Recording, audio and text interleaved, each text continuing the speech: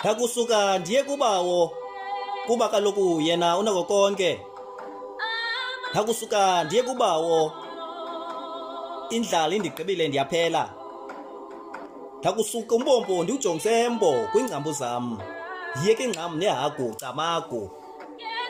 Ilityebi lixhasa umqolomba liqengqelekile na liyalingqengqile. Ndiyakuba ndiyakhwaza esankxweni entswahlwa ngucwaka. Umkhomba ubhembesile abahlobo bam bandishiyile. Iliwa libheka umoya, umoya uza ngaphambili.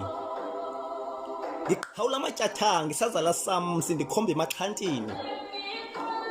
Sele ndikhonjwa ngemikhonto nezibham, naloo mali ndigqibile. Idyokwe endiyithwele emagxeni yehlula namakhoboka. Qamata ndicela uxolo, qamata ndicela inzolo. Ndilihlwempu ndiyimbacu kodwa akukho nomnye ondifaka endlwini. Ndingumphambukeli idyokwe ndiyixwaye emagxeni ndiyagoduka ndibuyela ekhaya. Indlela yam irhintyela iqoboqobo ndiyokuvela ngeqonce. Kaye xa ndivela kwaqalathethe ndiphumla phantsi komthi womqonci.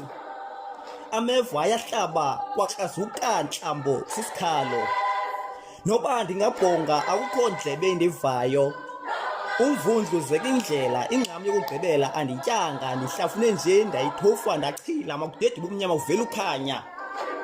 Ngelo xesha sele ndiwava amaqhwe nempepho ephuma kumlambo iqesi. Sele ndiyilibele naloo mali ndayigqiba nabahlobo kwanonesi. Noba ndingakhwaza isikhalo asincedi, kodwa olungakhaliyo lufele embelekweni. Embo, embo, embo msontsundu.